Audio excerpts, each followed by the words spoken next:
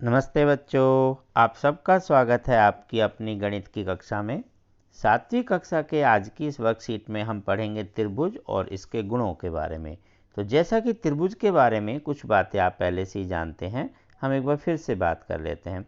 तो बताइए उस त्रिभुज का क्या नाम है जिसकी तीनों भुजाएं बराबर होती है। अच्छा, ये तो आपको पता ही है कि त्रिभुज कौन सी आकृति होती है।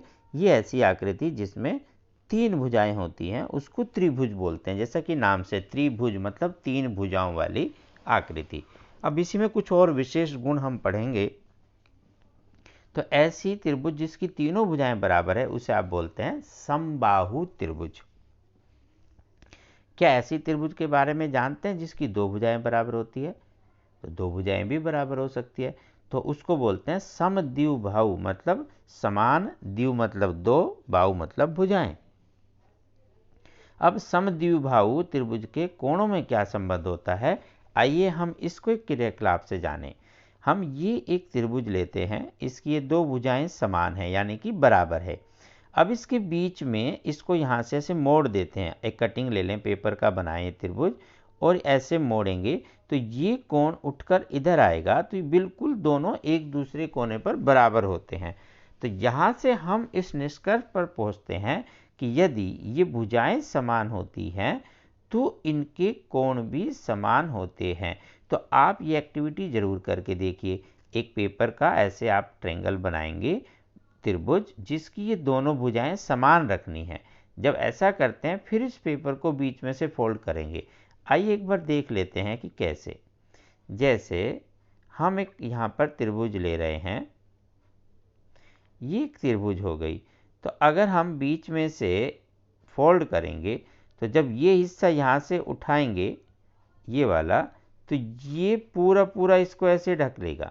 बीच में से जब आप फोल्ड करेंगे वहाँ से, एक बार फिर से देखते हैं, आपको फोल्ड करके दिखाएं।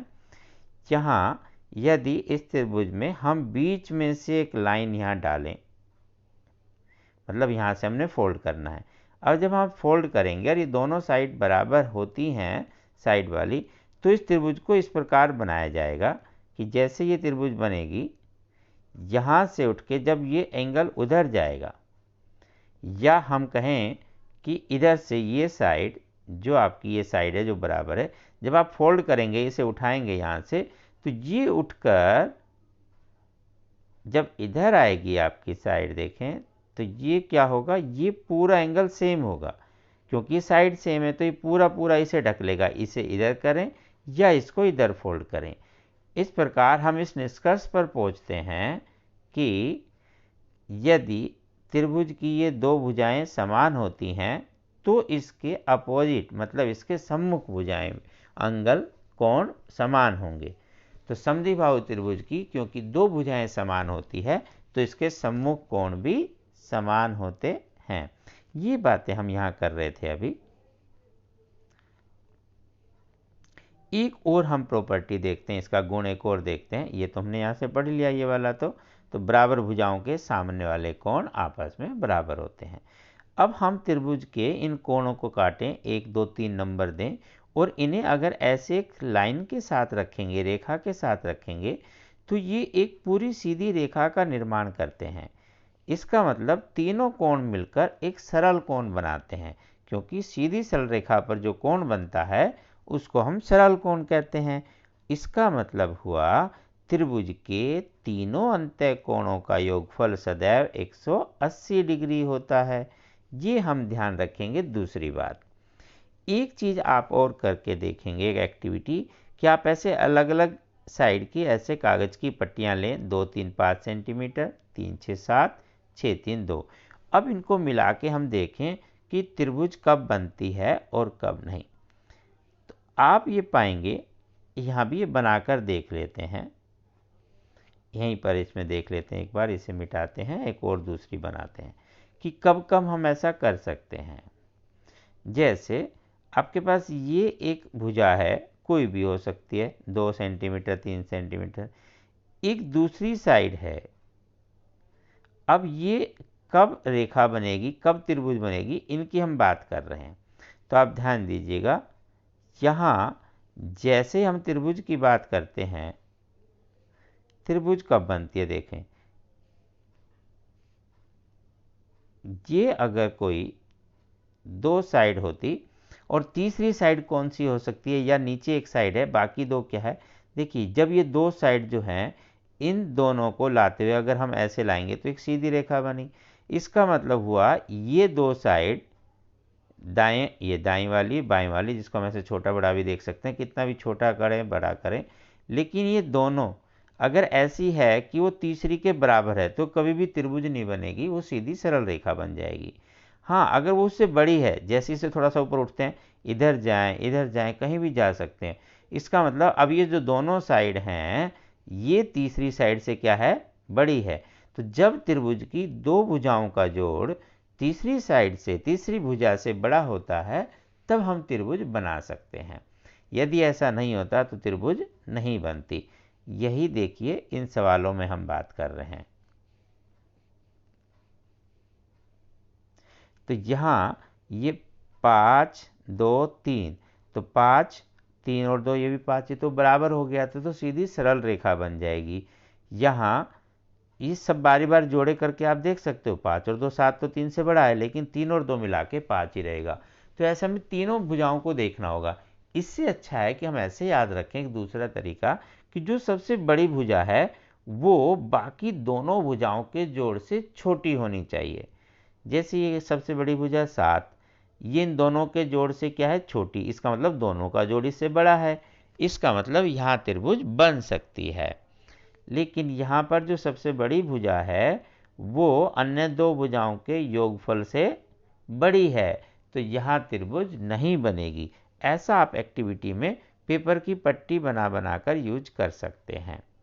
तो हमने पाया कि दो भुजाओं का माप तीसरी भुजा से बड़ा होना चाहिए। जो भी दो दो भुजाओं के जोड़े बनाएंगे, तो आप 3 बार नहीं करना चाहते उसे, तो सबसे बड़ी भुजा को देखें, इसका उल्टा पढ़ लीजिए कि सबसे बड़ी भुजा यदि अन्य दो भुजाओं के योगफल से छोटी होती है तो त्रिभुज का निर्माण हो सकता है।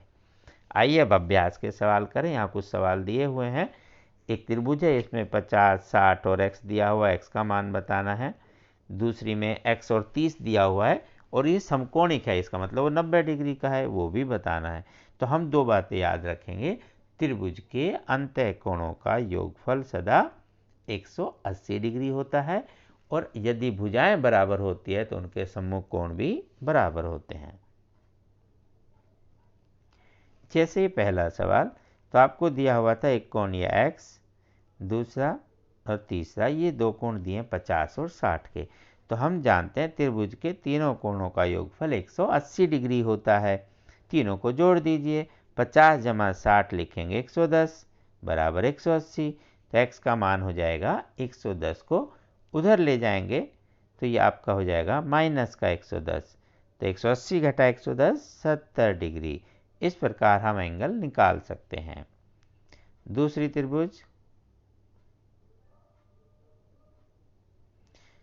यहाँ दिया हुआ आर पी क्यू, ये एंगल है एक ये और ये, इसका मान दिया हुआ x, ये क्योंकि समकोणिक है तो 90 और ये दिया हुआ 30, तो तीनों का जोड़ हम लिखेंगे 180, 90 और 30 होता है 120, तो ये तो हो जाएगा 180 और 120 उधर चला जाएगा तो माइनस, तो x की वैल्यू कितनी हो जाएगी, यहाँ से आप निकाल सकते हैं 60 डिग्री। इस प्रकार आप आसानी से त्रिभुज के अंतःकोण ज्ञात कर सकते हैं। एक और देखें, 50 x और x, अब ये क्योंकि दो भुजाएं उसने बराबर दी है इसलिए ये दोनों कोण बराबर हैं, तो तीनों कोण मिला के तो कितना हो जाएगा 180, तो 2x जमा 50 बराबर 180, 50 को इधर ले जाकर हम घटा देंगे तो x का मान आ जाएगा 130 बटे 2 यानी कि 65 डिग्री। इस प्रकार हम त्रिभुज के इस गुण से दिए हुए अज्ञात राशि को ज्ञात कर सकते हैं। कौन कौन से कोण युग्म त्रिभुज के अंतःकोण हो सकते हैं, अगले सवाल में हमें ये बताना है। आइए एक बार पहले सभी पेयर लिख लें। ये 4 चीज़ें दी हुई हैं। हमें क्या देखना है कि जब त्रिभुज के अंतःकोणों का योगफल 180 डिग्री है तो वो त्रिभुज बनेगी, नहीं तो नहीं बनेगी। तो आइए इन्हें प्लस करके देखें। ये तो हुआ 8 7 15 और 7 4 11, ये तो 190 डिग्री हो गया, लेकिन हमें कितना चाहिए 180। तो जब अगर 180 होता है तो हम कहेंगे ये त्रिभुज बनेगी, लेकिन 180 नहीं होता तो त्रिभुज नहीं बनेगी। तो इसे क्रॉस मार दिया कि यहाँ त्रिभुज नहीं हो सकती, ये त्रिभुज के अंतःकोण नहीं हो सकते।